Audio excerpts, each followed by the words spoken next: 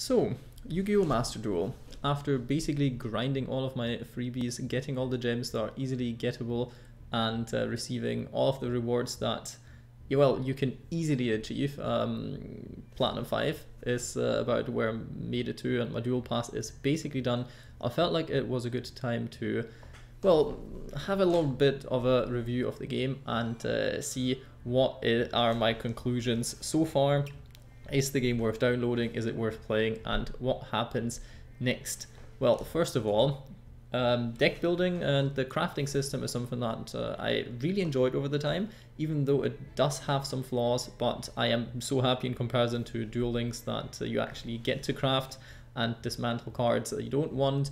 So you can make yourself decks without going through like 50 different packs where you just want to grind for one card and you have to spend so much time and so much effort and so much of your gems to just get this one specific card that helps you improve your deck by like 2%, and yeah, that felt terrible in Duel Links, and I'm so glad that that's nothing I have to do anymore. So all in all, I would say that's great about the game. Obviously in the deck editor there's certain things that you could change, for example the fact that if you want to dismantle cards, or basically if you want to craft cards and you put them into your deck, there should be an option that basically makes all the cards like instantly crafts them instead of having to go through every single one. Another thing with the interface is it keeps pretending like I have no connection. I don't know if it's the servers, I don't know if Duel Links had this kind of shenanigans as well, so maybe that is kind of what what's happening here. I like how you can choose your accessories. I like how you can have all of your main cards in the deck, and there's loads of different kind of decks that you can play. You can save your opponent's decks if you want to, like I did with the Exodia deck that I ran into because of the ban list, which actually leads me to the next topic, the ban lists. I hope they come up with different ones, and I don't really like the one that we're playing on so far. It's okay, it's fine, but you know, certain cards should possibly be on it, or certain cards should not be on it. We'll see, maybe they'll address this in the future. But when it comes to these kind of things, like getting new game modes as well, because the game might be getting stale for certain people, it also comes with a price, and that is splitting the player base. If a lot of people I know want to play like the old kind of cards, or play only commons, or play like, I don't know, ban lists from like GOAT format and these kind of things, which is nice, which would be nice as like a featured game mode, but I don't know how much of a division in the player base that creates. Right now I like that I can play with my friends and they all are basically forced to play the same kind of, well, play style at least, because it's the same kind of ban list. Once some of them will be like, oh, I would rather want to play my old Monarch Frog deck, which 50 years old, I don't know, can't really play with them anymore because I wouldn't have any cards that are like this. So I don't know if that would actually, from a personal point of view, I don't know if I would love it, but from a point of view of like what can be done in the game and how to make it more interesting, that's definitely something that to look out for. Would be interesting if it's maybe just tournaments, not like an actual ranked ladder for itself, but you can enter like GOAT format tournaments and these kind of things.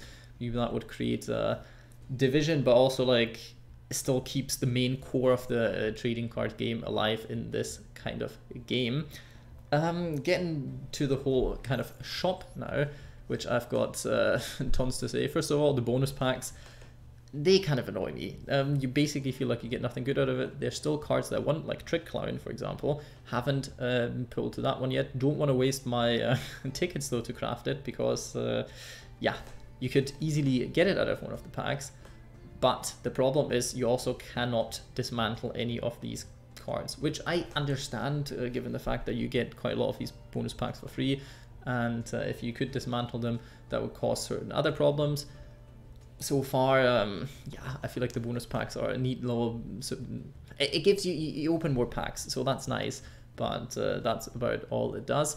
Secret packs, I do like the inclusion of these. I know it's like a classic company greed kind of thing of, oh, you want to open your favorite pack? Well, you only have that many hours left, or minutes even, so better buy new packs or craft new cards so you can keep the pack alive, which I think it's a genuinely like smart thing to do. Also, it adds a bit of like pressure onto the game, which sometimes these free kind of games need this kind of pressure to play them. I know I hate daily rewards and these kind of things, but this is a new form of daily reward that stresses you out about the game, but for some reason I don't dislike it as much as like the other kind of things. And what I don't like about the packs though in general is the price.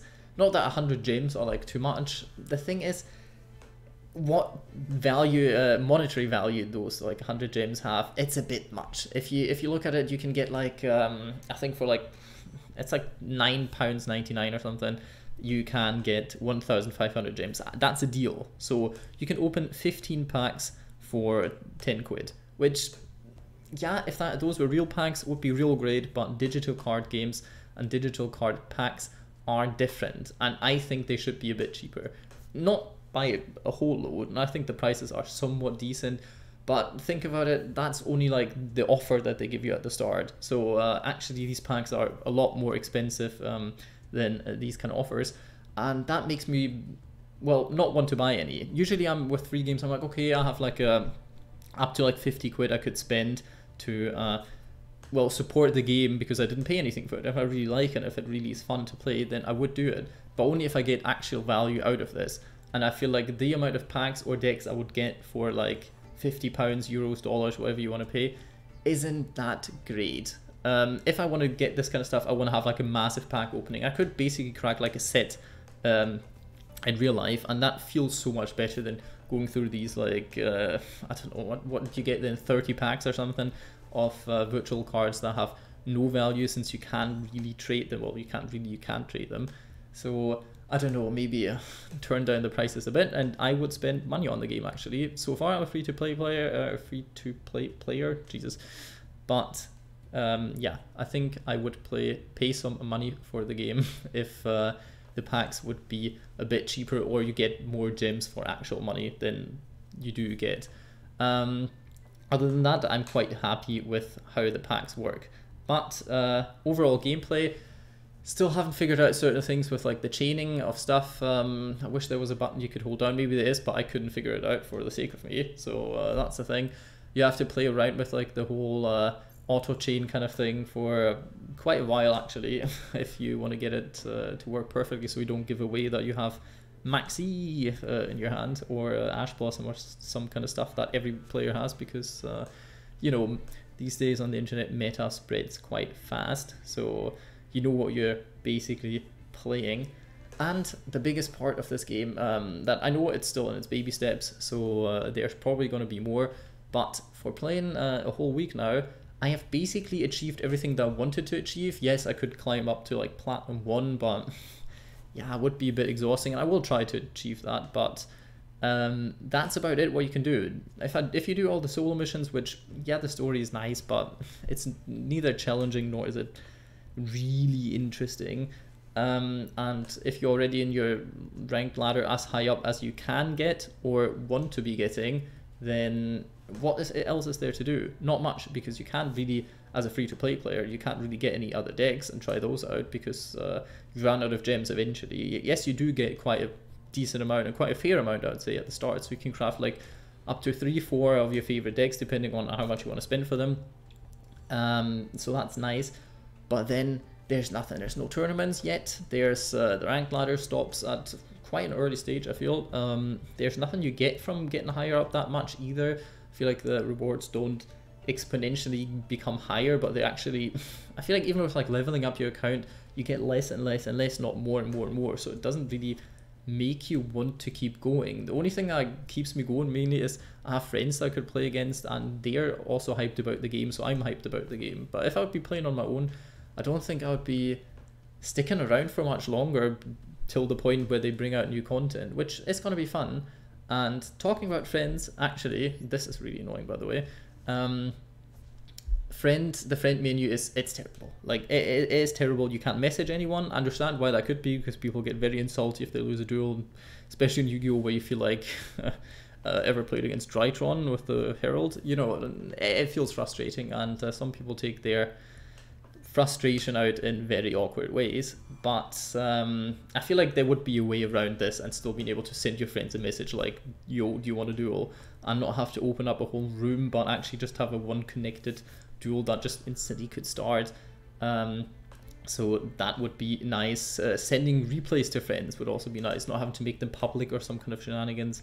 Actually interacting with your followers, or whatever they're called here, could be in a nicer way. Maybe they're working on it, I hope they do, but that's also something I didn't like about Duel Links, and I don't like it about this.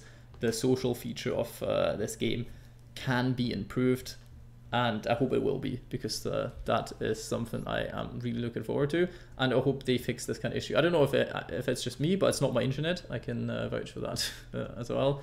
But yeah, those are the kind of things that bug me about the game. Would I recommend it for free-to-play players? Definitely. You can get into Yu-Gi-Oh! If you haven't so far already. You can enjoy competitive gameplay if you're above Platinum, basically. Platinum 5, Platinum 4 is where the real competitiveness of this game starts. But beware, there's no side decking. There's best of ones only. There's only one ranked ladder. Yes, there are going to be event duels, like you can see here, basically. But so far, that's all.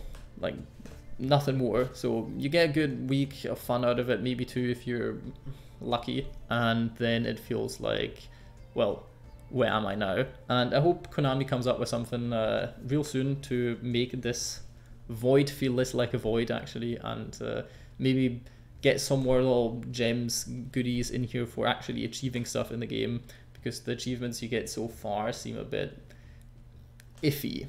I don't know, because crafting decks is the best kind of thing, and yes, I would spend money on it, but not at the state it is right now. Maybe further down the line I would, and maybe if the gem prices are a bit different, but so far it's a neat game. It looks neat, has its weaknesses, has its programming problems as well, and so on. But I would definitely recommend checking it out, playing a few duels, getting maybe into the new game if you're an old player.